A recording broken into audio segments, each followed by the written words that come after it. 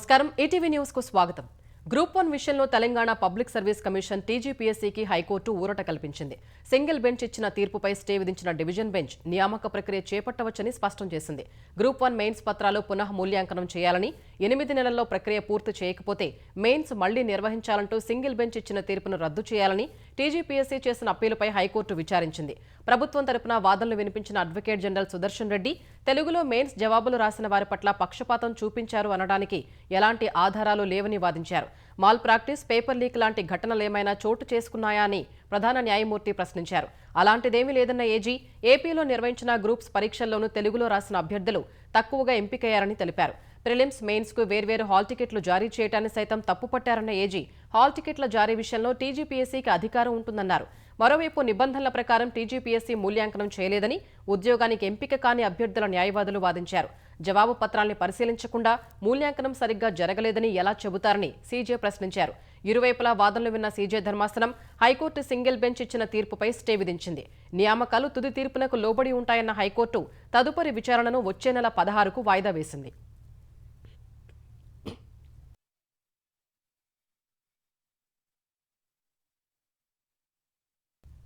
స్థానిక సంస్థల ఎన్నికల్లో బీసీలకు 42% రిజర్వేషన్లు కల్పించకుండా తెలంగాణ ప్రభుత్వాన్ని ఆదేశించాలంటూ దాఖలైన పిటిషన్ను హైకోర్టు కొట్టేసింది.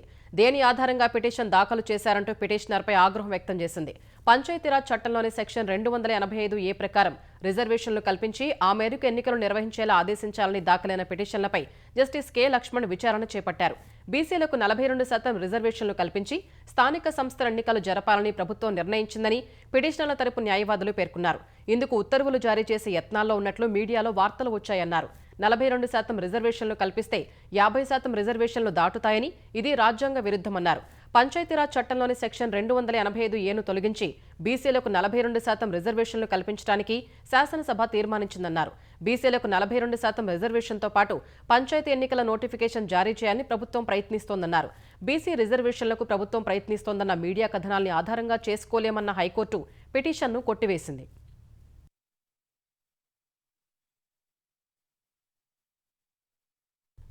కాంగ్రెస్ పార్టీ బీసీల పట్ల విశ్వాసఘాతుకానికి పాల్పడుతోందని బీఆర్ఎస్ బీసీ నేతలు ఆరోపించారు. రిజర్వేషన్ల విషయంలో కాంగ్రెస్ 2 నాలుకల ధోరణితో వ్యవహరిస్తోందని విమర్శించారు. తెలంగాణ భవన్లో మీడియాతో మాట్లాడిన బీఆర్ఎస్ నేతలు కామారెడ్డి డిక్లరేషన్ అమలు చేయకుండా కాంగ్రెస్ ప్రభుత్వం మోసం చేస్తోందని మండిపడ్డారు.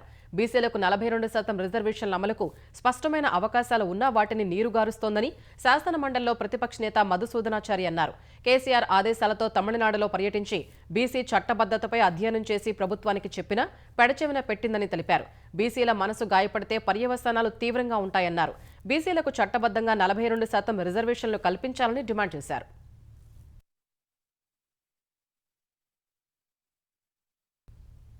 బెట్టింగ్ యాప్ల ప్రమోషన్ కేసులో తెలంగాణ సీఐడీ కీలక ఆపరేషన్ నిర్వహించింది. గుజరాత్, రాజస్థాన్, పంజాబ్ రాష్ట్రాల్లో సోదాలు నిర్వహించిన సీఐడీ అధికారులు 8 మందిని అరెస్ట్ చేశారు. పంజాగుట్ట, మియాపూర్ పోలీస్ స్టేషన్లలో బెట్టింగ్ యాప్స్ ప్రమోషన్పై నమోదైన కేసును సీఐడీకి బదిలీ చేయగా దర్యాప్తులో భాగంగా రాజస్థాన్, గుజరాత్, పంజాబ్లో 6 చోట్ల అధికారులు తనిఖీలు చేపట్టారు. అరెస్ట్ చేసిన 8 మంది బెట్టింగ్ యాప్లు నిర్వహిస్తున్నట్లు సీఐడీ గుర్తించింది. బెట్టింగ్ యాప్ల ప్రమోషన్ కోసం నిర్వాహకులు సెలబ్రిటీల్ని సంప్రదించడం, వారికి పారితోషికమిచ్చి యాప్లను ప్రమోషన్ చేయించారని తేల్చింది. యాప్ల ద్వారా వచ్చిన సొమ్మును నిర్వాహకులు విదేశాలకు హవాలా రూపంలో పంపినట్టు ప్రాథమికంగా గుర్తించింది.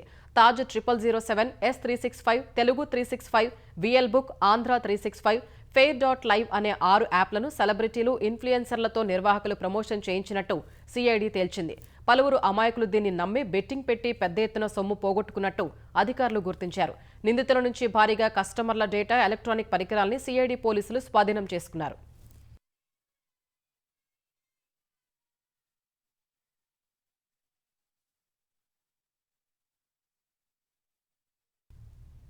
తీర ప్రాంతంలో కాలుష్య పరిశ్రమల్ని తొలగించాలని డిమాండ్ చేస్తూ ఉప్పాడలో వరుసగా 2వ రోజు మత్స్యకారులు ఆందోళనకు దిగారు. రసాయన వ్యర్థాలు సముద్రంలోకి విడుదల చేయకుండా ఆపాలంటూ కోనపాపపేట, మూలపేట, అమీనాబాద్ మత్స్యకార గ్రామాల్లో రహదారులు మూసివేసి నిరసన తెలిపారు. ఫార్మా కంపెనీల వల్ల సముద్రంలోకి రసాయన వ్యర్థాలు విడుదలై మత్స్య సంపద తగ్గిపోతుందని ఆవేదన వ్యక్తం చేశారు. దీనివల్ల జీవనోపాధి కోల్పోతున్నామని వాపోయారు. తీర ప్రాంత గ్రామాల్లోని ఒక్కో కుటుంబానికి 1,50,000 పరిహారం ఇవ్వాలంటూ డిమాండ్ చేశారు. మరోవైపు ఉప ముఖ్యమంత్రి పవన్ కళ్యాణ్ ఆదేశాల మేరకు కాకినాడ జిల్లా కలెక్టర్ షణ్మోహన్ నిరసన తెలుపుతున్న మత్స్యకారుల వద్దకు వచ్చి మాట్లాడారు. పరిశ్రమల వ్యర్థాలతో ఎలా జీవనోపాధి కోల్పోతున్నారో కలెక్టర్కు వివరించారు. పిఠాపురం నియోజకవర్గానికి ప్రాతినిధ్యం వహిస్తున్న పవన్ రావాల్సిందేనని మత్స్యకారులు పట్టుబట్టారు. పవన్ వైరల్ ఫీవర్తో బాధపడుతున్నారన్న కలెక్టర్ అసెంబ్లీ సమావేశాలు పూర్తయ్యాక వచ్చి మత్స్యకారులతో మాట్లాడతారని వివరించారు. సమస్యల పరిష్కారం కోసం కమిటీ వేసి డిమాండ్లు నెరవేరుస్తామని పవన్ చెప్పారని కలెక్టర్ వివరించి వెళ్లారు. ఆ తర్వాత కూడా మత్స్యకారులు ధర్నా కొనసాగిస్తున్నారు.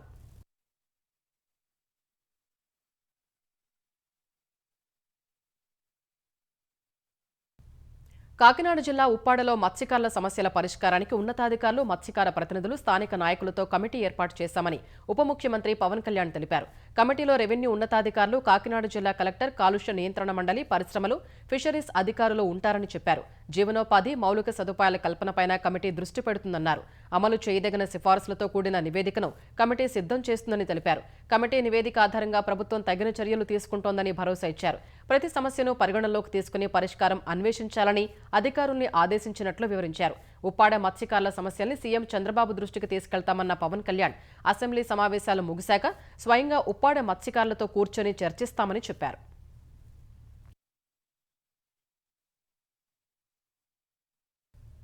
అమరావతిలోని వెలగపూడిలో గురువారం జరిగే ఉపాధ్యాయుల నియామక పత్రాల పంపిణీకి ఎమ్మెల్యేలు రావాలని ఆంధ్రప్రదేశ్ విద్యాశాఖ మంత్రి నారా లోకేష్ అసెంబ్లీ వేదికగా ఆహ్వానించారు. డీఎస్సీ నియామక పత్రాల పంపిణీపై అసెంబ్లీలో ప్రసంగించిన లోకేష్ వైసీపీ వాళ్లు డీఎస్సీని అడ్డుకోవడానికి 100కు పైగా కేసులు వేశారని తెలిపారు. వాటిని అధిగమించి డీఎస్సీ నిర్వహించి ఉపాధ్యాయ నియామకాలు చేపట్టామని వివరించారు. ఎమ్మెల్యేలు కూడా డీఎస్సీ విజేతల సభకు వచ్చి ఆయా నియోజకవర్గాల పరిధిలో ఎంపికైన ఉపాధ్యాయుల్ని అభినందించాలని లోకేష్ కోరారు.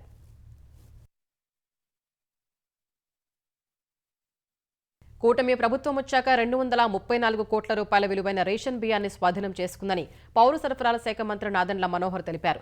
రేషన్ బియ్యం స్మగ్లింగ్ చేస్తే పీడీ యాక్ట్ కింద కేసులు నమోదు చేస్తున్నామన్నారు. పీడీఎస్ బియ్యం అక్రమ రవాణాను నిరోధించడంపై శాసనమండలి ప్రశ్నోత్తరాల్లో వైసీపీ సభ్యుడు బొమ్మి ఇజ్రాయెల్ అడిగిన ప్రశ్నకు ఆయన సమాధానమిచ్చారు. రేషన్ బియ్యం పక్కదారి పట్టకుండా ఎన్ఫోర్స్మెంట్ను పటిష్టంగా అమలు చేస్తున్నట్లు వెల్లడించారు. రైల్వే ఉద్యోగులకు కేంద్రం తీపి కబురు అందించింది. రైల్వే ఉద్యోగులకు 78 రోజుల ఉత్పత్తి ఆధారిత బోనస్ పీఎల్బీ ఇవ్వాలని కేబినెట్ నిర్ణయించింది. ఈ మేరకు ప్రధాని మోదీ అధ్యక్షతన జరిగిన కేబినెట్ భేటీలో 1865 కోట్ల రూపాయల్ని పీఎల్బీ కింద అందించాలని తీర్మానించారు. ఈ నిర్ణయంతో దాదాపు 10.91 లక్షల మంది రైల్వే ఉద్యోగులకు ప్రయోజనం చేకూరనుందని తెలిపారు. భారత నౌకా నిర్మాణం, సముద్ర పర్యావరణ వ్యవస్థను మెరుగుపరిచేందుకు 69,725 కోట్లతో ప్యాకేజీకి కేబినెట్ ఆమోదం తెలిపినట్లు భేటీ తర్వాత కేంద్ర సమాచార శాఖ మంత్రి అశ్విని వైష్ణవ్ తెలిపారు. ఇది దేశీయ సామర్థ్యాన్ని బలోపేతం చేసి సాంకేతిక సామర్థ్యాలు, నైపుణ్యాల్ని మెరుగుపరుస్తుందని పేర్కొన్నారు. పటిష్ట సముద్ర మౌలిక సదుపాయాలు సృష్టించడానికి ఉపయోగపడుతుందని చెప్పారు. అటు త్వరలో అసెంబ్లీ ఎన్నికలు జరిగే బీహార్లో 2,192 కోట్లతో రైల్వే లైన్ డబ్లింగ్కు ఆమోదం తెలిపినట్లు అశ్విని వైష్ణవ్ చెప్పారు. భక్తియార్పూర్, రాజ్గిర్, తిలయ్య రైల్వే లైన్కు పచ్చజెండా ఊపినట్లు చెప్పారు. ఇదే సమయంలో 3,822 కోట్లతో 4 వరుసల జాతీయ రహదారుల నిర్మాణానికి ఆమోదం తెలిపినట్లు కేంద్ర మంత్రి వివరించారు. మోదీ సర్కారు అవినీతి పాలనకు ముగింపు పలగటం బీహార్ అసెంబ్లీ ఎన్నికలతోనే ప్రారంభమవుతుందని కాంగ్రెస్ అధ్యక్షుడు మల్లికార్జున ఖర్గే చెప్పారు. ఓటు చోరీకి కుట్ర పన్నిందే బీజేపీ అని బీహార్ రాజధాని పట్నాలో జరుగుతున్న కాంగ్రెస్ వర్కింగ్ కమిటీ ప్రారంభోపన్యాసంలో చెప్పారు. నరేంద్ర మోదీ ప్రభుత్వం దౌత్యపరంగా విఫలమవటం వల్లే మన దేశం అంతర్జాతీయంగా సమస్యలు ఎదుర్కొంటోందని ఖర్గే దుయ్యబట్టారు. ఎవరినైతే ప్రధాని తన స్నేహితులుగా చెబుతున్నారో వారు ఇప్పుడు భారత్ను సమస్యల వలయంలోకి నెట్టారని ఆరోపించారు. మన ఓటరు జాబితాను అధికారికంగా ట్యాంపర్ చేస్తున్న వేళ మన రాజ్యాంగాన్ని, ప్రజాస్వామ్యాన్ని కాపాడుకునేందుకు ప్రతిజ్ఞ చేయాలని ఖర్గే సూచించారు. ఖర్గే అధ్యక్షతన పట్నాలోని సదాకత్ ఆశ్రమంలో జరుగుతున్న కాంగ్రెస్ వర్కింగ్ కమిటీ భేటీకి లోక్సభలో ప్రతిపక్ష నేత రాహుల్ గాంధీ, ముఖ్య నేతలు హాజరయ్యారు. స్వాతంత్ర్యం తర్వాత బీహార్లో సీడబ్ల్యూసీ సమావేశం నిర్వహించడం ఇదే తొలిసారి అని కాంగ్రెస్ వర్గాలు తెలిపాయి. బీహార్ అసెంబ్లీ ఎన్నికల్లో పార్టీ అనుసరించాల్సిన వ్యూహం ఓట్ల చోరీ అంశాన్ని ప్రజల్లోకి బలంగా తీసుకెళ్లడంపై చర్చిస్తున్నారు. బీహార్ ఎన్నికల్ని దృష్టిలో పెట్టుకుని కొన్ని తీర్మానాల్ని ఆమోదించే అవకాశం ఉంది.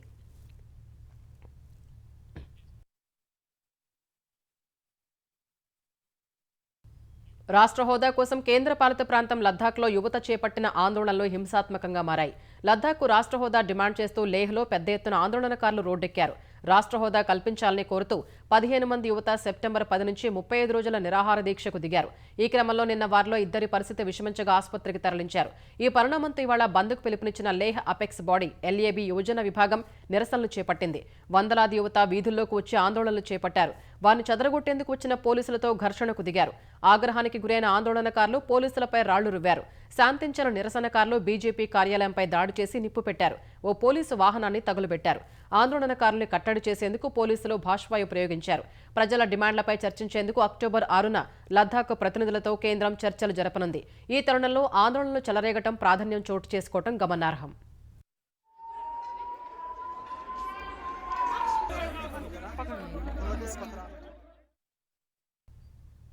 జార్ఖండ్లోని గుమ్లా జిల్లాలో ఈ ఉదయం జరిగిన ఎదురుకాల్పుల్లో 3 మావోయిస్టులు మృతి చెందారు. జార్ఖండ్ జాగ్వార్ బలగాలు గుమ్లాకు చెందిన పోలీసులు కూంబింగ్ నిర్వహిస్తుండగా జార్ఖండ్ జనముక్తి పరిషత్ జేజేఎంపీ దళానికి చెందిన మావోయిస్టులతో ఎదురుకాల్పులు జరిగాయని అధికారులు తెలిపారు.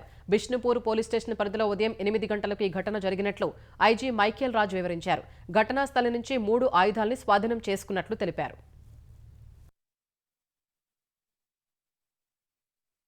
గాజాలో యుద్ధం ఆపితేనే అమెరికా అధ్యక్షుడు డొనాల్డ్ ట్రంప్నకు నోబెల్ బహుమతి వస్తుందని ఫ్రాన్స్ అధ్యక్షుడు ఇమాన్యుయల్ మేక్రాన్ అన్నారు.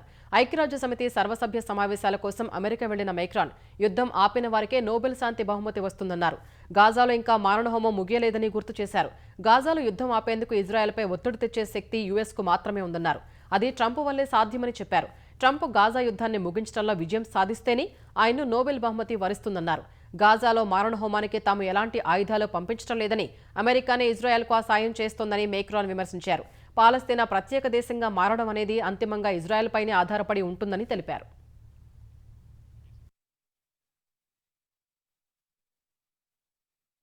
ఆంధ్రప్రదేశ్ ఉప ముఖ్యమంత్రి సినీ నటుడు పవన్ కళ్యాణ్ నటించిన ఓజీ సినిమా టికెట్ ధరల పెంపునకు అనుమతినిస్తూ తెలంగాణ ప్రభుత్వం ఇచ్చిన ఉత్తర్వుల్ని హైకోర్టు సస్పెండ్ చేసింది. ఈ మేరకు ఓజీ టికెట్ ధరల పెంపునకు అనుమతినిస్తూ హోంశాఖ జారీ చేసిన మెమోను కొట్టివేస్తూ జస్టిస్ ఎన్వి శ్రవణ్ కుమార్ ఉత్తర్వులు జారీ చేశారు. టికెట్ ధరల పెంపుపై హోంశాఖ ఇచ్చిన మెమోను సవాలు చేస్తూ మహేష్ యాదవ్ అనే వ్యక్తి హైకోర్టును ఆశ్రయించారు. టికెట్ ధరల పెంపునకు అనుమతి ఇవ్వడానికి హోంశాఖ స్పెషల్ సీఎస్కు ఎలాంటి అధికారాలు లేవని వాదించారు.